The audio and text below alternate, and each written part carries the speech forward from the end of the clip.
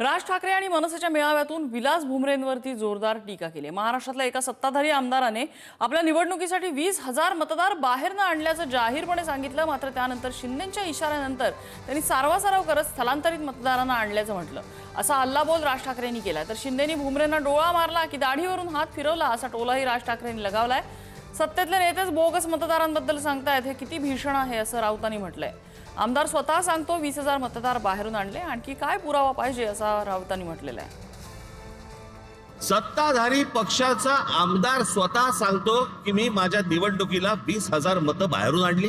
पैठणचे आमदार आहेत भुमरे म्हणून, त्या दिवशी त्यांनी भाषण केलं, त्या भाषणामध्ये त्यांनी सांगितलं, मग शिंदेने त्याला काहीतरी डोळा मारला का काहीतरी केलं की दाढीवरनं हात फिरवला।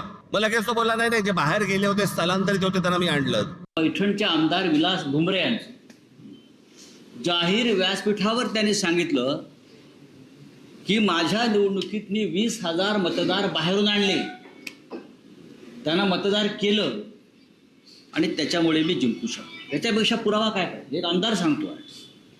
दुसरं म्हणजे मला वाटतं बेलापूरच्या आमदार मंदा म्हात्रे, त्या म्हणतात यापूर्वी मी लढवलेल्या सर्वच निवडणुकांमध्ये पूर्वी बोगस आणि दुबार मतदारांची यादी निवडणूक आयोगाला दिली होती, मात्र ती नावं कधीच कमी झाली नाहीत।